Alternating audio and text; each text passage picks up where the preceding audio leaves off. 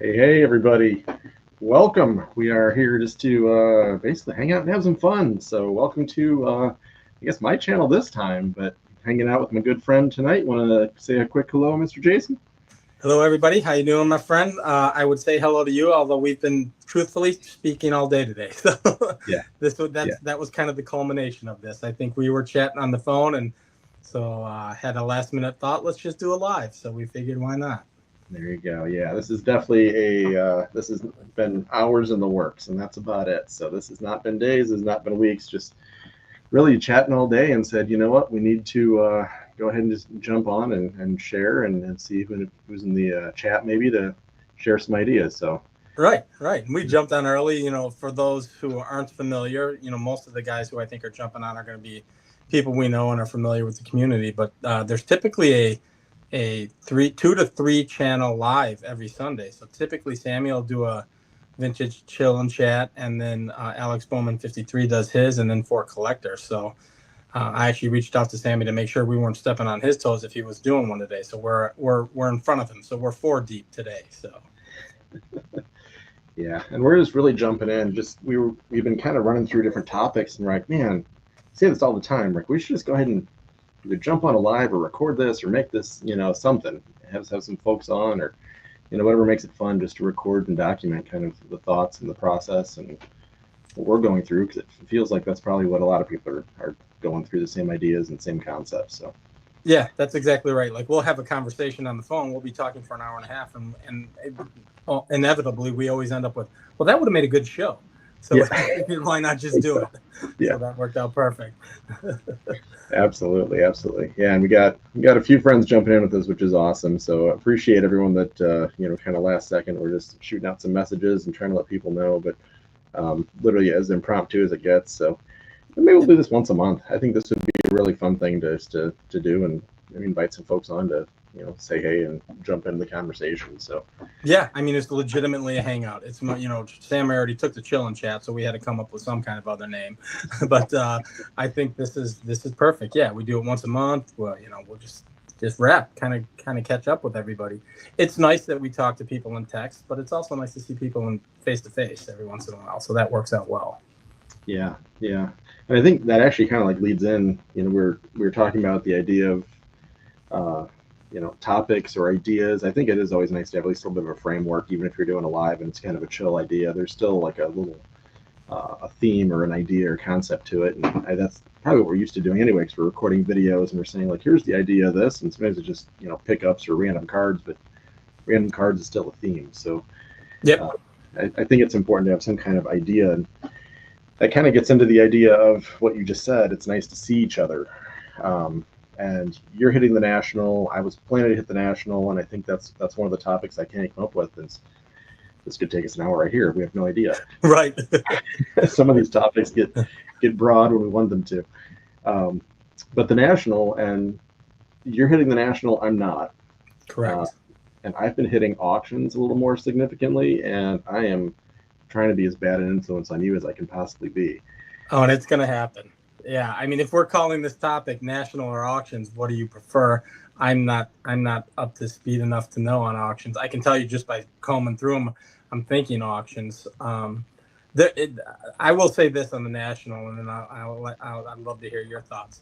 The national is a large mass event, right? I mean, it's a lot of fun, um, but I think it's really, and I've said this in the past, been overtaken by Strongsville in this community, in our community, and the 17 guys that are watching us right now, and you and me, we're all kind of Strongsville guys.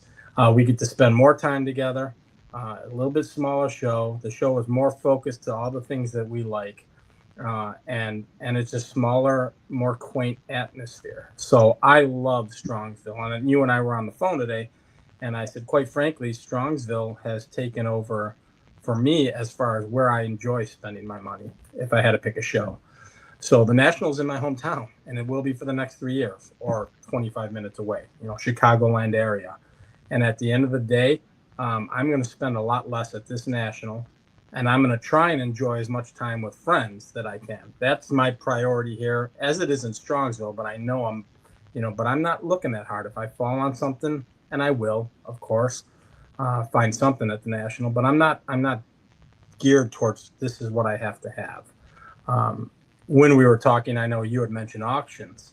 I'm assuming you prefer auctions, and if so, why would that be? Why would you prefer the auctions over something like the National?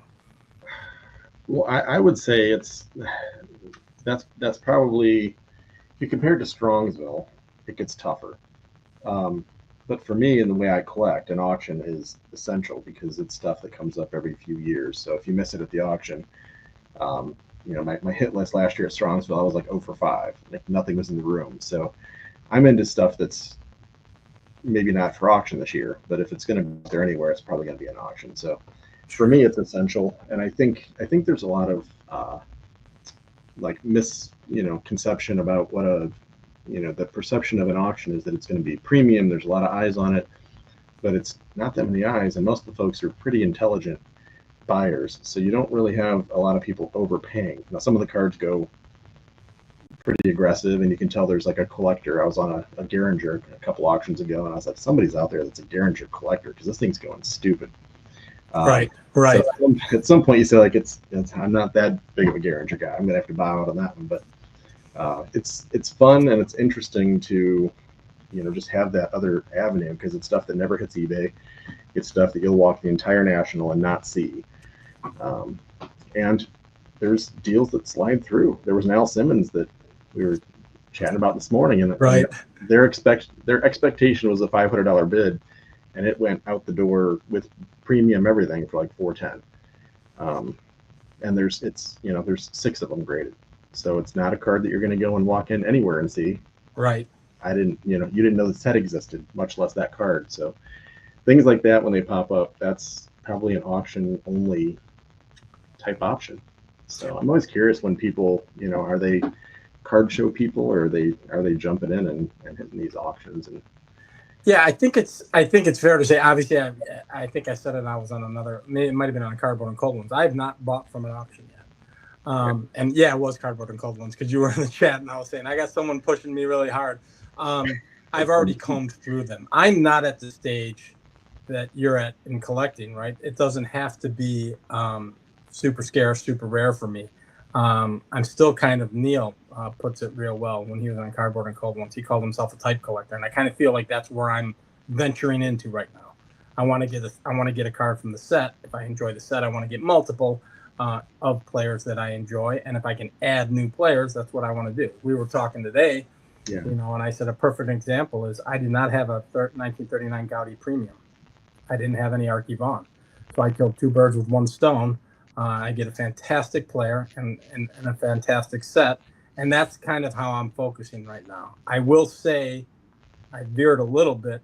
I am the everyday card collector, right? And I love, love, love the Wheaties, because they come in at such a value that I've been buying those up a little bit lately. I think I bought 2 recently. Actually, I'll give it away. I bought 3. I got another one coming in tomorrow. I think it'll be here tomorrow. So I absolutely love them. I think for the value, they're phenomenal. They're plain days.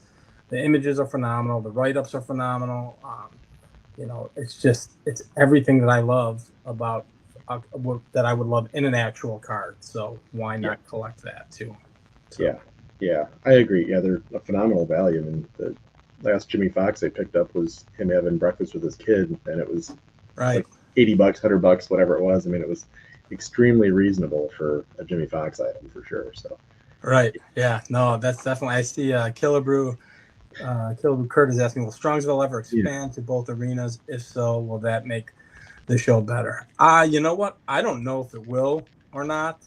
I'm almost at the point as of last year where that's going to need to happen.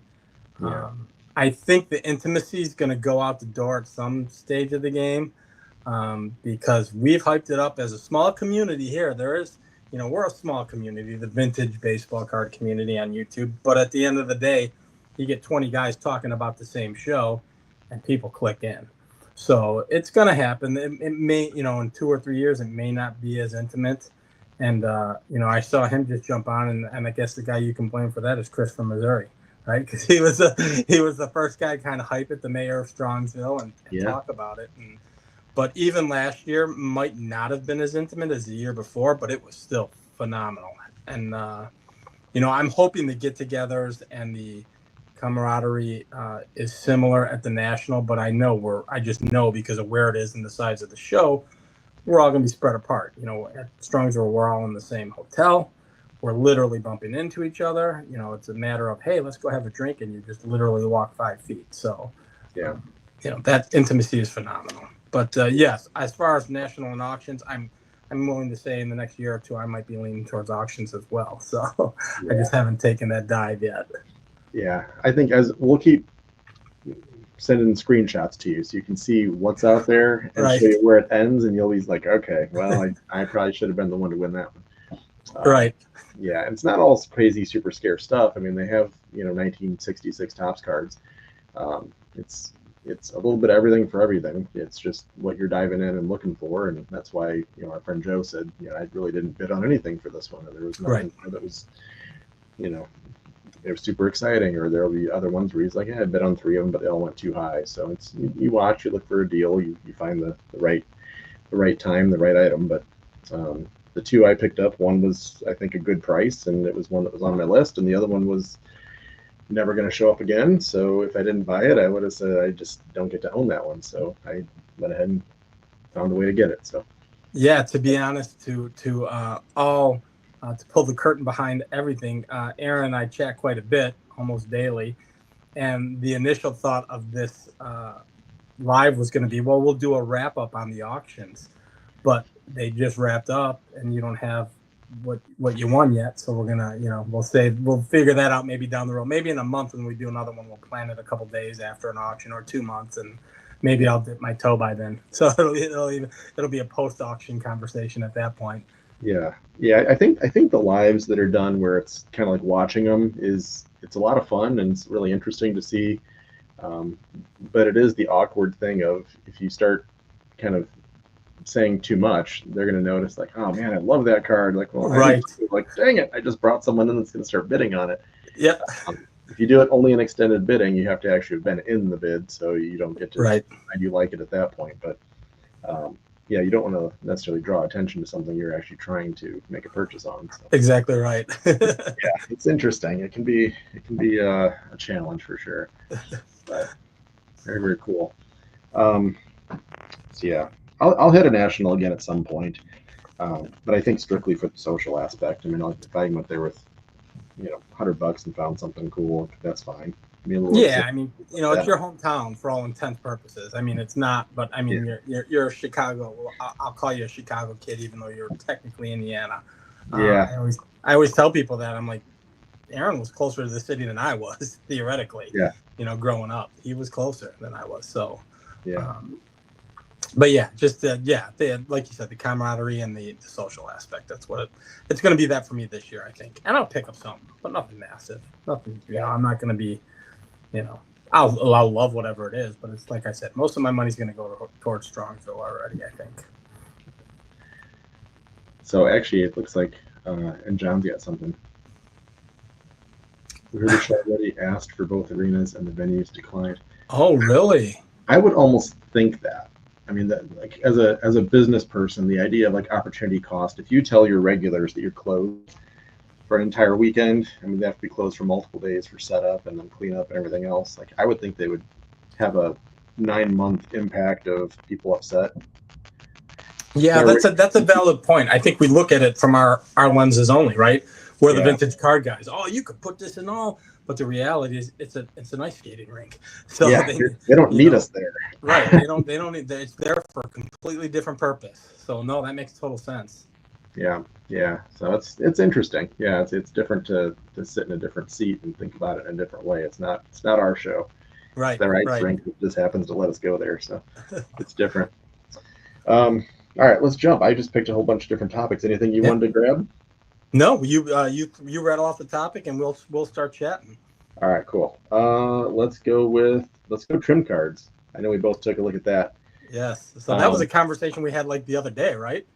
Yeah, I actually ended up sharing because I had a couple examples that arrived, and I asked the question: trim cards, yes or no, just to see what people think. And got a couple comments, but you never know how many people are seeing it. I've had more people email me and say, "Yeah, I've noticed this and this." I'm like, I've never interacted with you.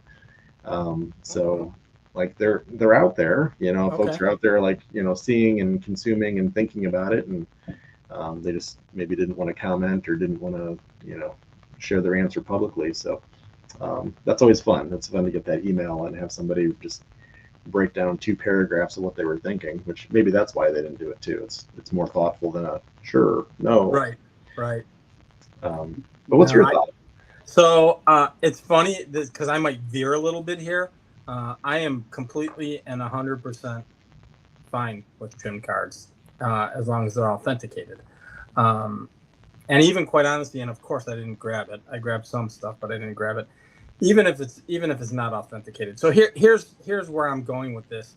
To me, trim cards and your acceptance of it becomes part what your budget is, obviously, Mm-hmm. and how scarce the card is itself. So if you asked me shortly after the pandemic, or during the pandemic, when I really dove back into vintage, would you ever have a trim card? My answer would have been no. It would have been a resounding no. I would not. I was strictly golden era. I was strictly, when I first jumped back in, it was graded only, and I've shifted drastically once I started to dive into pre-war because of my pusher and things of that nature. So when we were in Strongsville, I needed a plain Days Ray Shulk, and Chapel had a Cracker Jack with an eraser mark on it, and that was fine for me too. But I found the Oxford Confectionery, and this is and Chapel. I bought it ungraded, and William even said, "Hey, listen, that's going to come back as an authentic." And I said, "I understand that, and I totally accept that." And there's my camera moving again. But the image on it is absolutely beautiful. Yeah. So I just had this had to get added. Now, if he still got the Cracker Jack, who knows? I might buy that off of him. But to me, this is evidence of trimming. I knew that. I know they're bigger than this, and just to have this in my collection is awesome for me. Another perfect example of that, and it's all pre-war, right? Now, if you told me, would you take a 58 Hank Aaron trimmed? Probably not, because there's so many of them out there that I can find one that's not trimmed. These are, and I'm showing these as an example because they're not necessarily trimmed, although they're cut short. This is a much larger panel than what I'm showing you right now, but this Lefty Grove, this 37 Lefty Grove, looks beautiful. So you start to, as I got into the pre-war, there's my Charlie Garinger. It's cut short top and bottom. There's orange on the top and bottom on the full panel, but that's beautiful. Yeah, that's fantastic. So as you dive into different things in pre-war, I start to find myself being more and more accepting of it and just wanting the card. Just having the card is or the item. We'll call it the item. Yeah. That's how I see it now. So again, I think it depends what you're collecting, what your price is, and the scarcity of the card. That Ray Shulk was not crazy expensive, which is part of the reason why I liked it. It was a bargain. If I paid $100 more and it had a number on it, would I be happier? No, I'm good with this. I'm happy with it. So I am on the, now I did buy, and I did an episode on it. It's the one card I didn't grab. I bought a 54 Red Heart Nellie Fox, and I got it for like $45, ungraded. Thrilled about it. And then I kind of looked at it right after I purchased it, and I zoomed in on the picture. It's clearly trimmed on the top. And initially I was bummed. I'm like, oh, this stinks. It's not, I'm like, I really preferred that not to be trimmed. Yeah. Then I sat on it for a day. I'm like, well, who cares, right? At the end of the day, that's my rationale was, I don't really care. I'm not grading it, first of all. I have the card.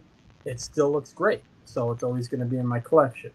I will mark it trimmed, because I have plans of labeling all of my one-touch cards or top-loaded cards with a label maker down the road. But I don't want to deceive anybody. I want them to understand that it's trimmed.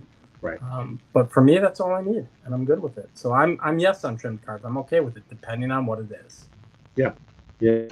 I definitely agree with that. I think, and I left that comment up there on the screen because I think that is That's what I always say too.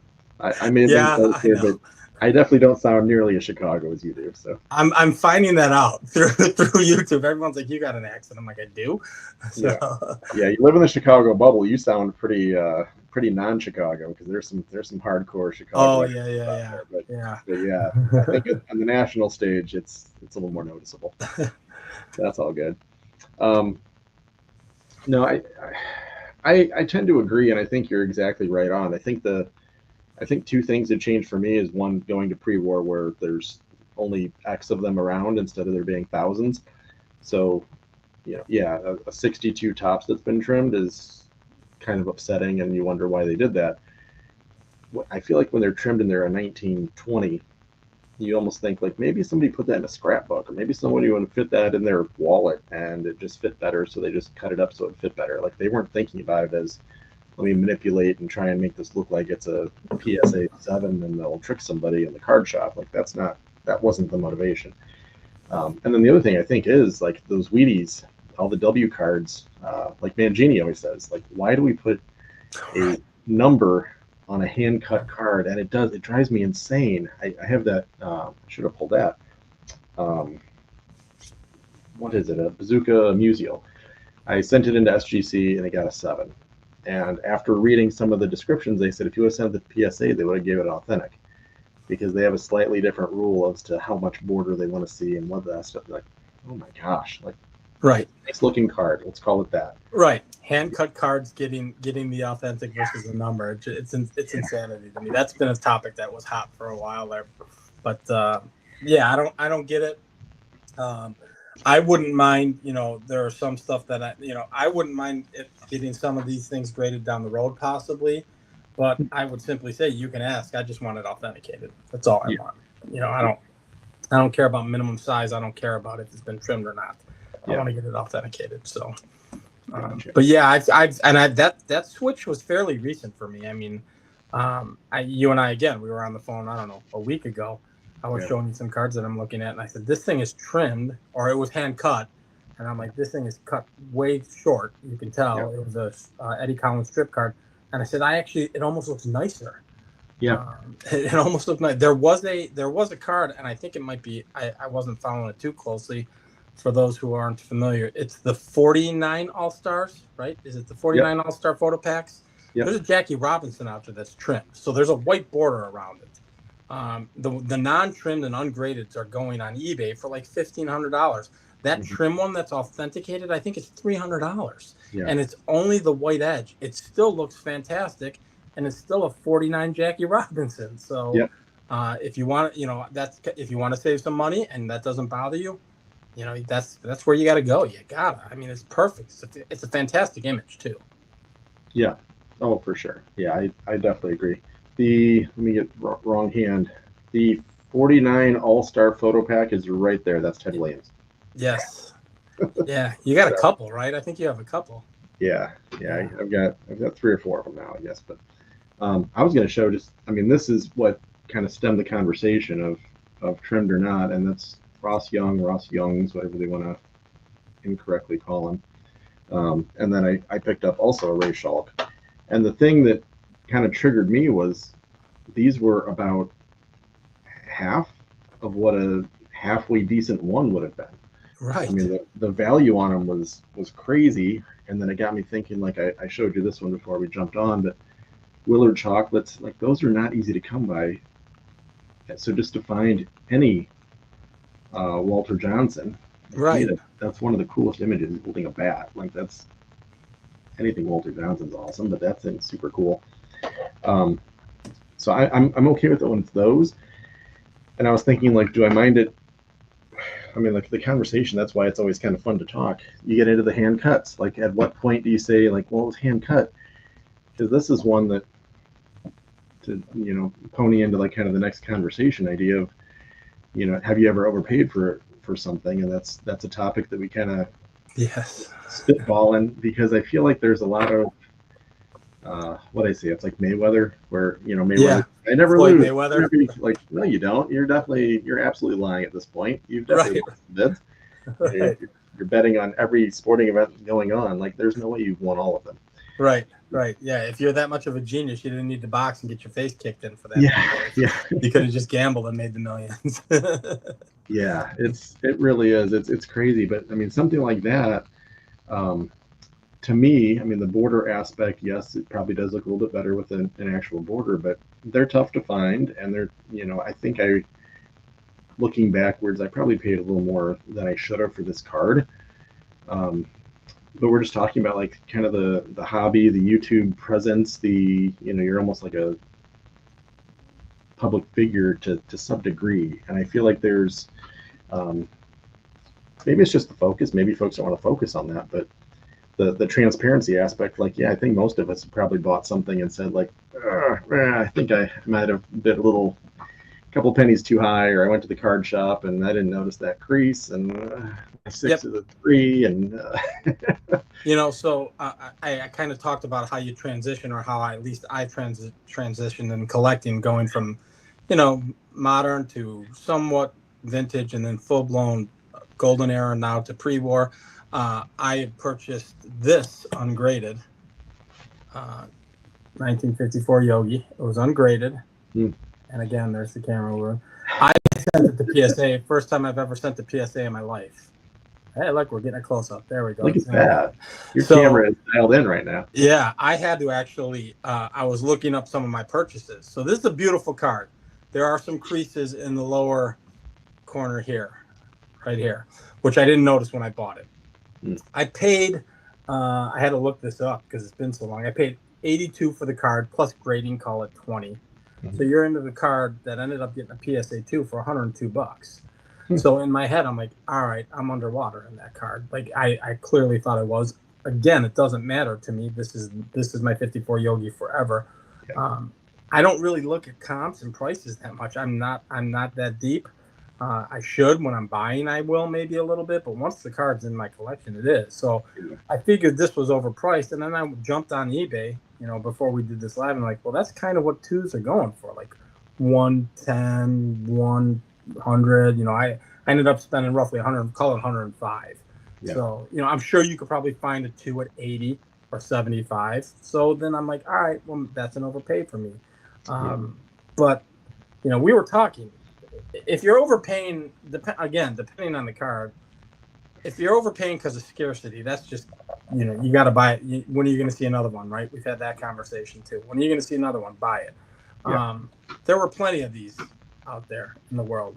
At the time I wanted the card, I wasn't collecting the manner that I'm collecting now. I didn't know what I know now, and that was 2 years ago, just in what I've learned from this community. So I will tell you this: if we're talking overpaid, I can show you this.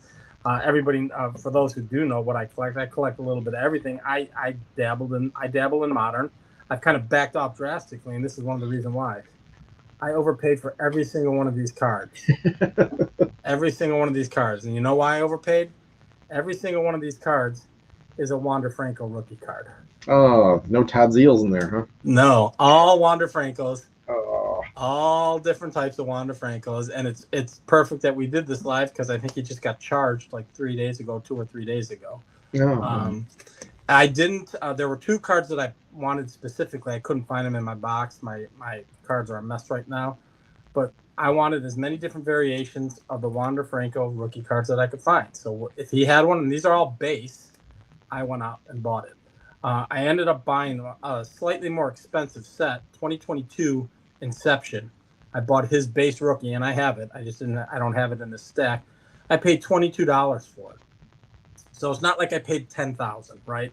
I wasn't the guy paying, looking for 101s, 105s. I paid $22 for it. I looked it up on eBay before we jumped on. You can get the card for $1.99 now. So, so this is the risk of modern collecting, right? Yeah. Every one of these is a different Wander Franco rookie. And he was a great player for the little bit of time that he played. And had he continued on that course, maybe I would have made out like a bandit. But this is the lesson in collecting modern right there. Be careful. Yeah. Be careful. So I've kind of backed off of purchasing modern. I still do in small quantities, and it's more for personal collection, not more of, hey, I'm going to ride that wave. I will say I've had 5 or 6 Shohei rookies, but by the time I was even buying those, it was already, okay, whatever he does now, he's going to be remembered. So, Yeah.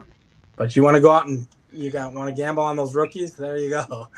So, Yeah, it's so it is, and you said you're going to pull some modern, so I was like, that makes sense. That's a perfect one to look at because that is gambling speculation. You know, they're a Hall of Famer until they're injured, and then now they're just a guy that was good for a few years.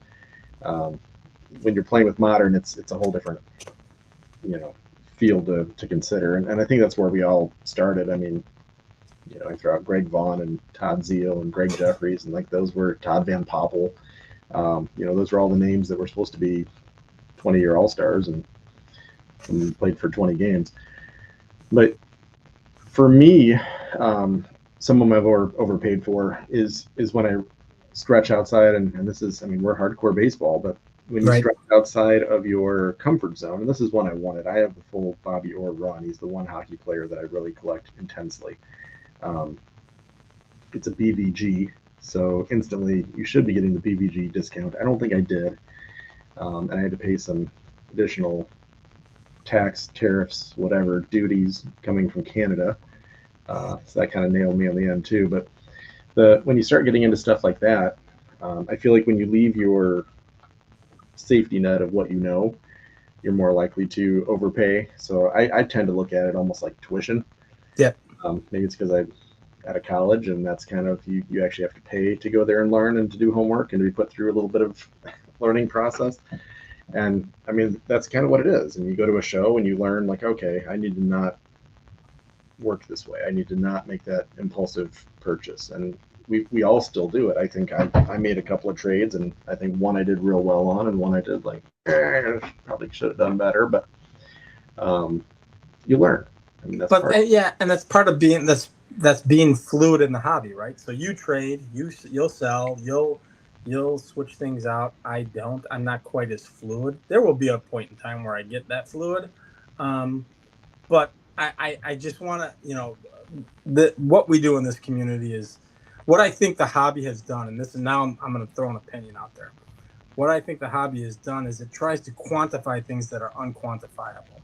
Yeah. And what I mean by that is when you put a number on a slab, that's an opinion, right?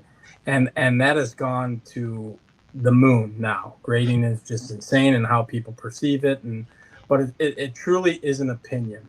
The big craze now, and I've been talking about doing a video on this, and I will this week. Eye appeal is the new phrase. Mm-hmm. I have credited Dan, Vintage PC, and Mr. Petty.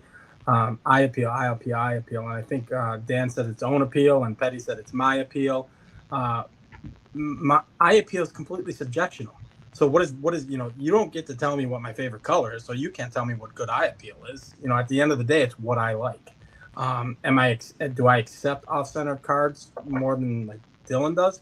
Yeah, I do, and for different reasons. I'm in the printing industry. I know why that thing is off-center typically. Oh, is it at the end of the sheet? Oh, I know what the technology was in 1959. All of these things, you know, they play a factor, and that's why it's less offensive to me.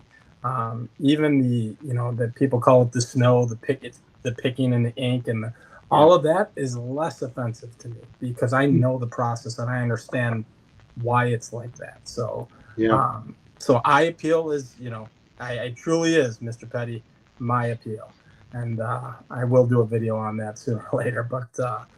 You know, so it's unquantifiable.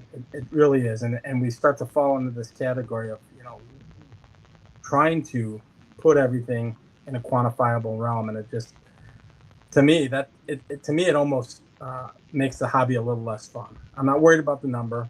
You know, I think we were on Cardboard and Cold Ones, and Garrett said, "Yeah, I've got this card, and I don't like SGC because there's a giant one there, and it's almost like offending me. It's almost like, you know, I find it offensive."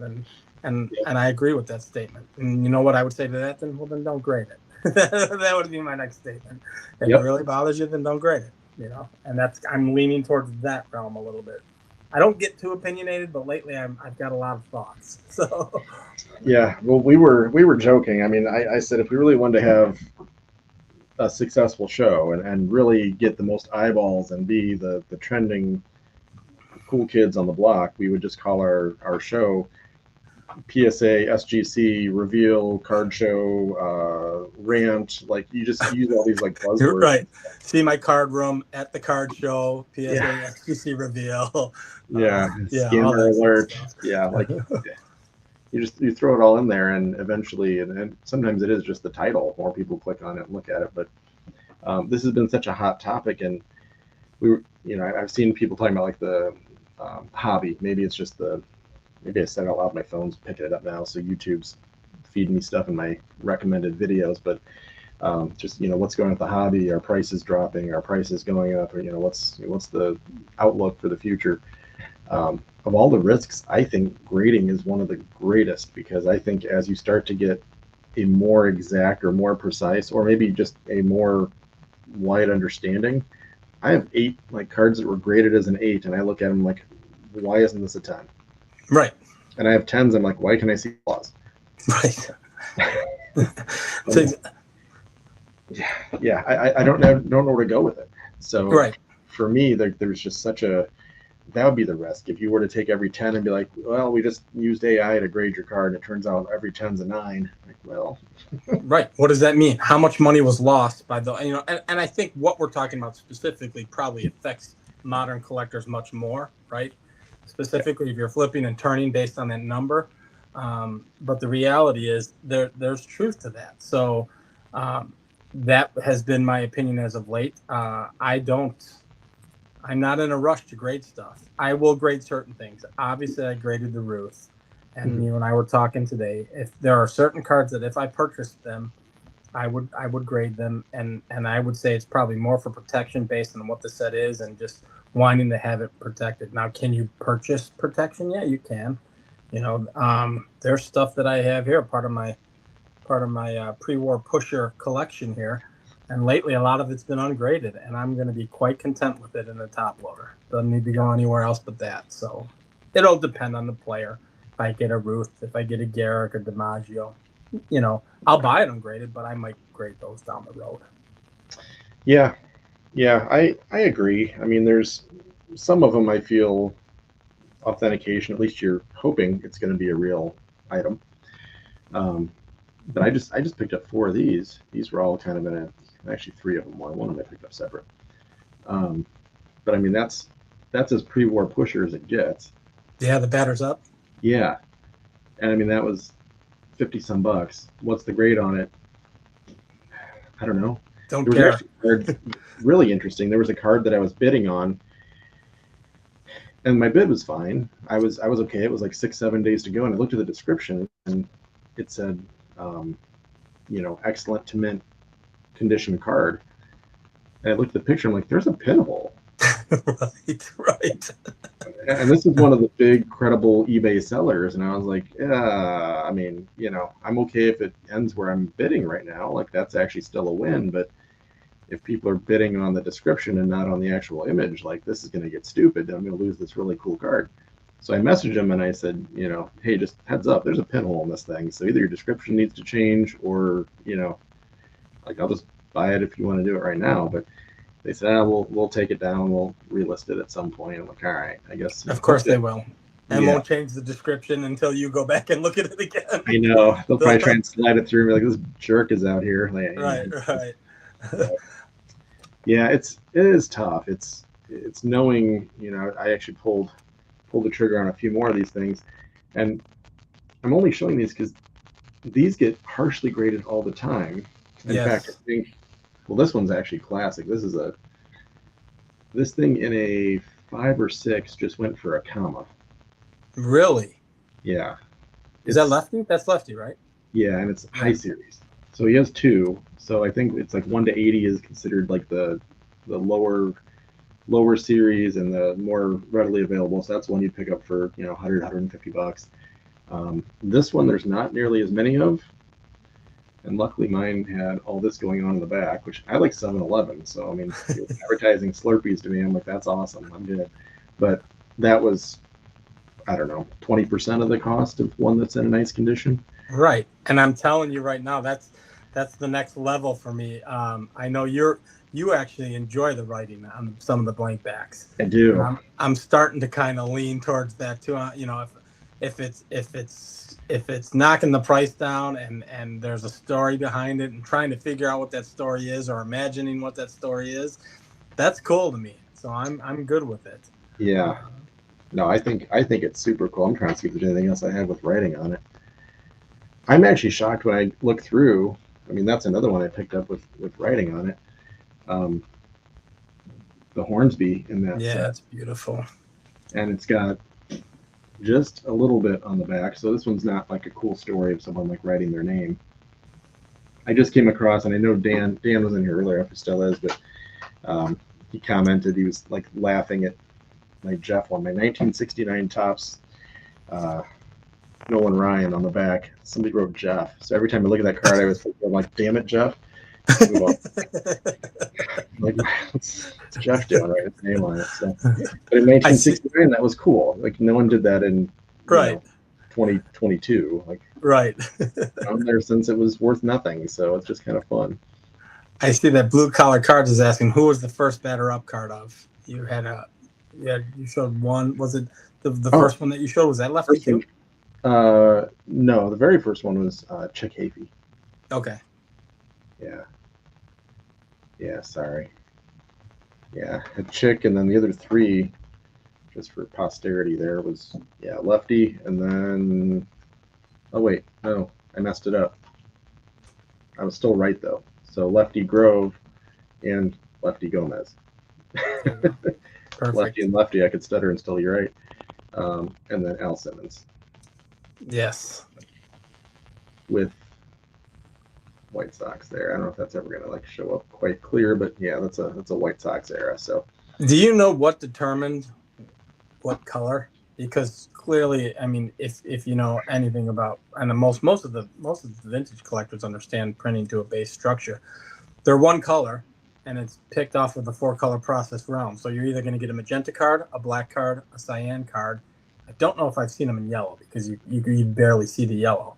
yeah, But so that's the 4-color process that makes up 90% of the colors in the world, and then you go into special colors. But most of what you see, any photograph that you see that's printed, like any card, like this might be a 4-color card. Maybe that green is a special color, so it's 5-color. I don't know until I put a loop on it. But the picture itself is 4-color process. So this picture, I guarantee you, this card is built out of yellow, magenta, cyan, and black. That's 4-color process. So I always love the batter ups because all they did is take the plate, and it was probably a 1-color process. Said, all right, we'll print Lefty Grove 100 of them in magenta, 100 of them in black. Because what was it, 1934, 1930? Yeah. I think So 34 to 36. Some of them I feel like are just labeled 34s. Right. Yeah. So I'm always interested as what's the pop count on magentas versus cyans versus blacks, and there might be yellows. I'm trying to think if I've seen a yellow, but I don't think I have. Yeah, I don't think I have either. No, tough to see it. That's probably why they chose. It's either magenta, cyan, or black. So, Yeah. Very cool. What's Warren say here? Grading is more for modern folks. To me, grading is more for protection and authentication. These are reprints and fakes. That would be the other. I mean, if we had more than 15 minutes to go, I'd dive in on that. I mean, do you really trust authentication? I know I feel like for the most part they're good. I have more faith than some probably, but you definitely see things slide through. You're like, I've seen things labeled Venezuelans. We've seen things labeled. Yes, I've seen it. I've seen the Venezuelan. I really question the bond bread sets. That's an interesting topic. You can talk about the stock is the difference, and that Venezuelans. I've seen plenty of 64 Venezuelans that have the salmon back instead of the black, and I'm like, how is that a Veni? That didn't. So. Yeah, the 64, well, even 62. I mean, 62, it's not in Spanish. Like, what are you doing? Right. You messed that up, guys. Yeah, there's some interesting, and that really is what makes me fearful of some of the 59s. 59 was a weird split year. 60s was tough. Like, some of those years, it's real expertise. And holding it. Yep. And did somebody fake it? It gets tough. Let me see. All right, I'll take that. What did John say? On the pre-war side, people actually fake the smell. Yeah, Well, I mean, that might almost be an argument of why you'd want to hold it first. Right. I mean, Yeah. anybody can take an old card and stick it in Chris from Missouri's underpants, and it's going to smell old when it's done. So, so at the end of the day, it might be more offensive than what a standard old card would smell You like. went there. Yeah, I don't know. That might not come back authentic after that. Yeah, that's a little different. Yeah. Well, I'll actually show this one. I pulled this thing out because we were talking about ones you'd want to see, feel, touch, hold. And I picked that as one of my favorite sets of the decade because when you get a chance to actually take this out and grab it, um, you can tell the stock it's on. Look at that.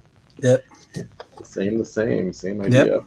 But it is an amazing card to be able to put your hands on, and there's something of a loss to maybe the experience when you have certain cards, like to be able to hold that in your hands. Like that's, I don't know. There's something different about it. I used to hear that, and I used to say, "Well, really, come on, what's the big deal?" But as you dive in, and as my tastes have changed, I totally understand that now, and I totally get that. I mean, Mangini was one who was preaching that forever, right? You never get to touch some of these people, and I'd be like, "Well, so what? Whatever." I kind of shrug it off, and that's just John being John. But now, I agree with him. Someone asks you how thick is the 34. Butterfingers, or I think you were chatting with Neil. Neil was asking messaged about the me, premiums, right? The Dixie premiums. Yeah. 37. Yeah, it's back in there. I'd have to dig and find it. But yeah, it is. It's crazy because if you only see them slabbed and you only you don't have that experience of actually holding it in your hand, you'd have no idea. But to be able to take it out, and I mean, obviously we're not trying to set it on the table and have it not protected. And of course, it's going to be in a case 99% of the time. But if you can take it out and just hold it for a second, those are neat. They're a little bit thicker stock. They're still kind of magazine page feeling, but they're a little bit thicker. They're not going to just bend over your hand if you were to hold it. It has some rigidity to it. It's a little bit thicker. So definitely not cardboard, but it's cool to be able to just hold something that's almost 90 years old. Like that's cool. Right. Oh, I tell you what, I did get new top loaders for the Butterfingers that I do have, the 34s. I put them in the top loader, and they'll never. I was a nervous wreck because those are paper thin, right? I mean, yes. I got it in there, and I'm like, okay, I'm done. These are not coming out. If I have to change out a top loader in 15 years, I'll be nervous again then. But once those were in, I'm like, I'm not taking these out too often. They're stressful. They're so gosh darn thin. I feel like they're always in bad shape. Right. Here I grabbed the two that I've got, and I have been looking at others. The perfect thing about these is you can see the rip in the top corner, lefty. Gomez. Yeah. That's minor. That's everything else is good. That's a fantastic Butterfinger. That's in great shape. Just one rip. It really is. Same with the bottomly. I've got one in the corner, or on one of the. There it is on this side. So you can kind of see it there. Yeah, but that's it. To me, that's phenomenal, in phenomenal shape for a Butterfinger. Yeah. Oh yeah, both of those. I mean, this is probably more representative of how exactly right. Exactly right. There's big chunks. There's corners missing. Rough. On the back, I mean, that's not going to show up on camera so well, but I mean, it's crease. It's pretty gosh darn rough. But if you get past the rough, awesome image. That's an awesome image of Mickey Cochran for like $40. Right. Exactly right. That's crazy to me. That's half the price of a Gaudi and a one if you can find a good deal on it. Maybe a third of the price. So yeah, to me that's phenomenal. I don't know what the Gaudi Lefty Gomez's go for, but I can tell you that this Butterfingers I paid less than $30 for it. So yeah. How do you go? And the image is a real image. We've talked, eye appeal images versus, renditions, colors, things of that nature. That might be a topic for the next live we have. What is the eye appeal to you in specifics? But I love cool images. That's what I like. Yeah, I completely agree. All right, we have a whole bunch of different ideas. Anywhere you want to jump to? Whatever floats your boat, my friend. You throw it out there, and You know me, I can talk about anything. I'm going to throw it out because we have 34 beautiful, wonderful people. We do the Mount Rushmore show. Yes. I think this would be fun. We were talking and struggling today. This is really where Mount Rushmore came from. So a little bit of conversation. I feel people love lists. You show me a top 10, and if I watch the first 3, I'm like, damn it, I'm hooked. I'm going to be here till 1 because I mean, even if I disagree and I think you're insane, like I'm on that list now. I'm watching it. So I love lists. I love ranking things. I love the debate of it because you can't prove anyone's right unless you all agree. Then you just decide you're right and you leave. But I think it's just so much fun to have the banter and to get inside someone's head as to how they're thinking. So we were discussing today, which I want to do as a Mount Rushmore. So somebody out here has to message us and say, count me in, I want to join you guys. Mount Rushmore of right-handed hitters. Yes, because this was we talked about it for half an hour, and yeah, I think I have a headache now. Phone. Like, I'm stressed. Like this is tough. This is right. Yeah, I'm a little bit stressed on it too. But I think we were talking about one player in particular. And where that player ranks, and we won't say it. But it's an awesome. The great thing about Mount Rushmore is, again, opinion based. You know, it is a list, but it's not a quantifiable list. It's an opinion list. At any point in time, I can flip my opinion, which I do quite a bit on that show. Like I'll bring out a bunch and then I'll just flip it at the last second. So so anybody who wants to jump on the next Mount Rushmore, it's the top 4 greatest right-handed hitters of all time.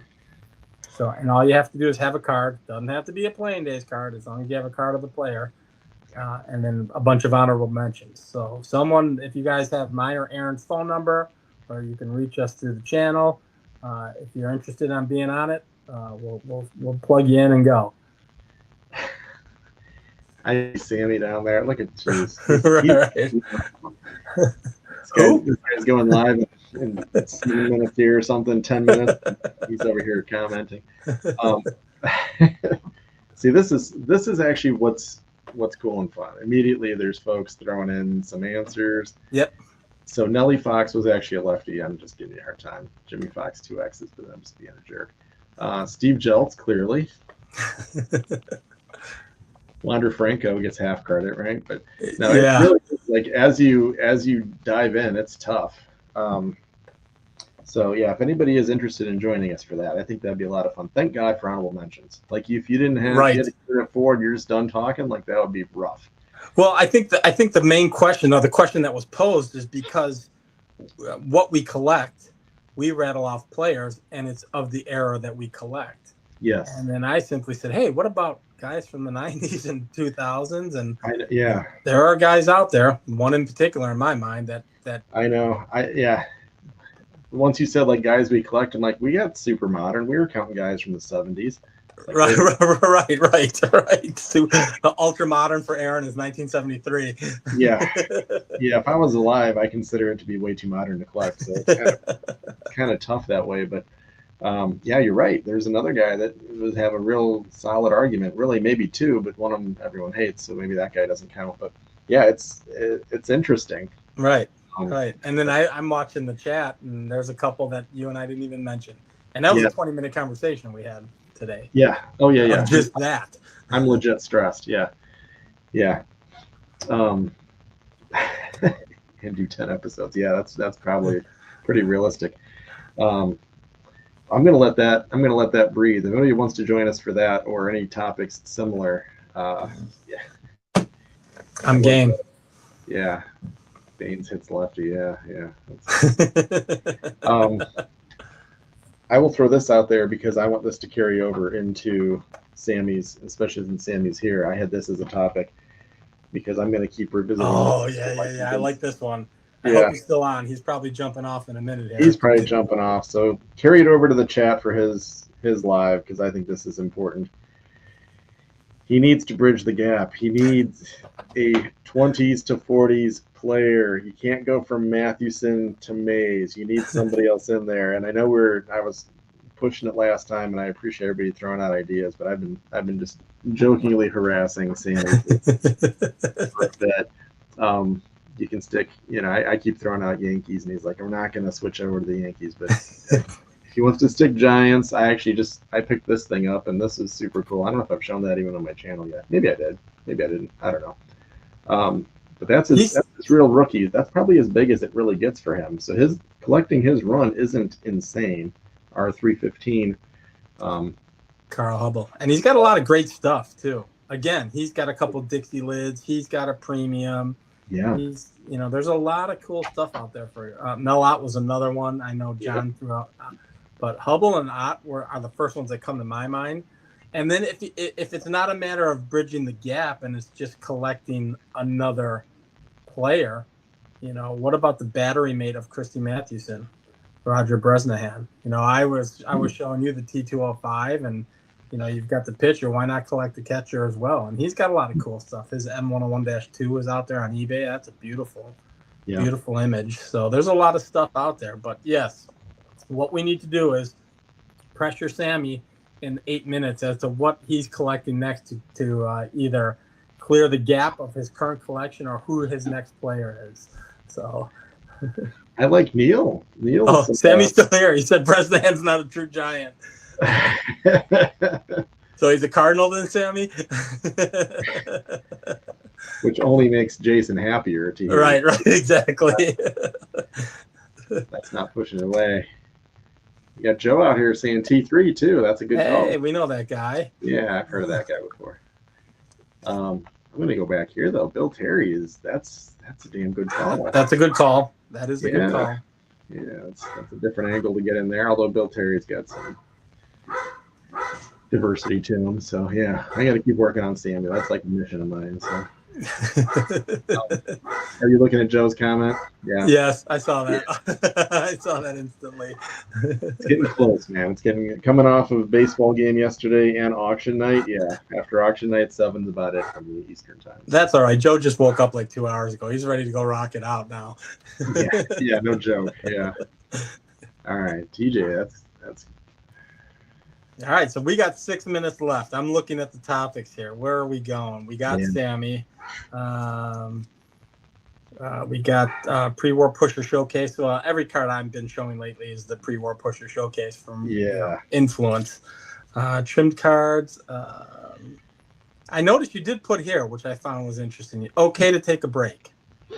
We're talking YouTube. Yeah. Now, this is, I never want to exclude people who are just viewers. I don't call them lurkers. I call them viewers, or people who, aren't actually making content.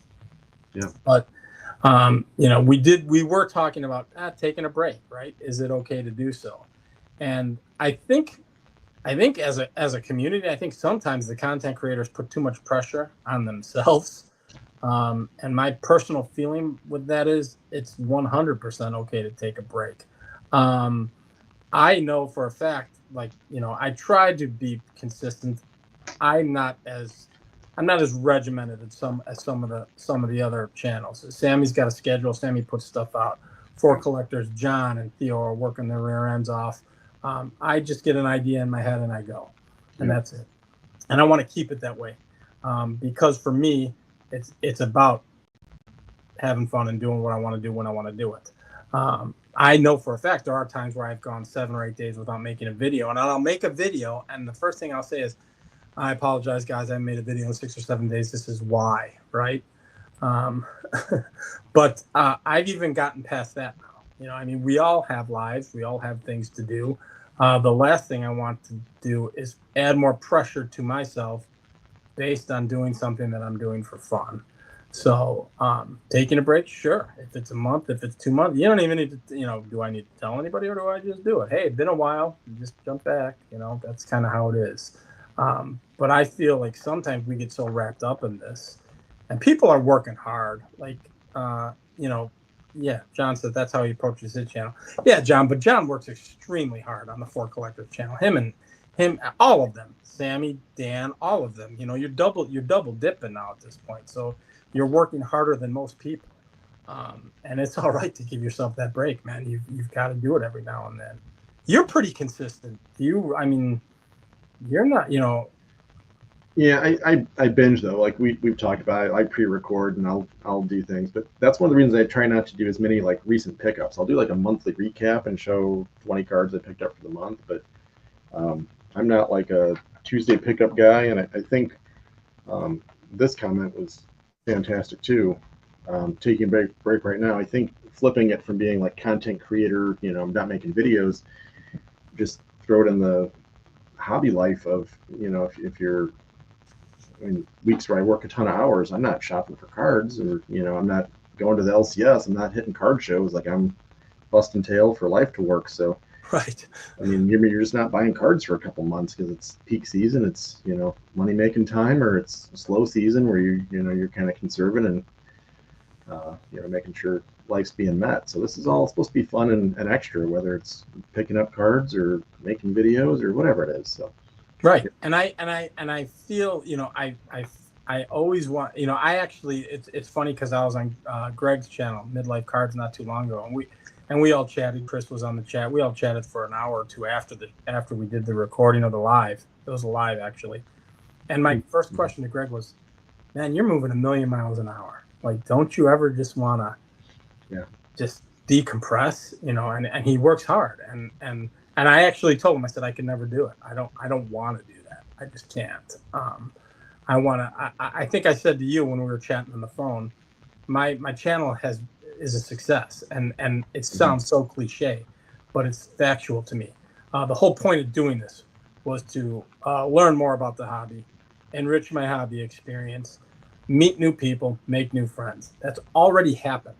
yeah. So because it's happened, the channel is 100% successful, and I'm enjoying doing it, and I want to continue to do it to meet new people, to learn more stuff, and that's why I do it. Subscribers, yeah, of course, everybody wants subscribers, but at the end of the day, man, that's the least of my worries right now is who's watching me or who's not. You and I were like, hey, how many people are we going to get on here? I'm like, we better at least talk to our friends who are on our text threads. Hey guys, we're jumping on, or we're going to have two Yeah, guys on here.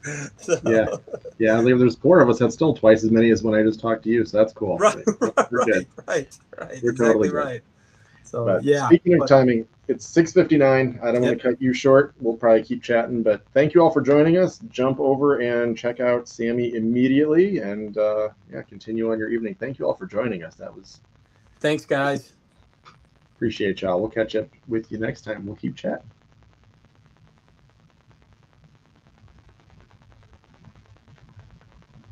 I swear it'll happen.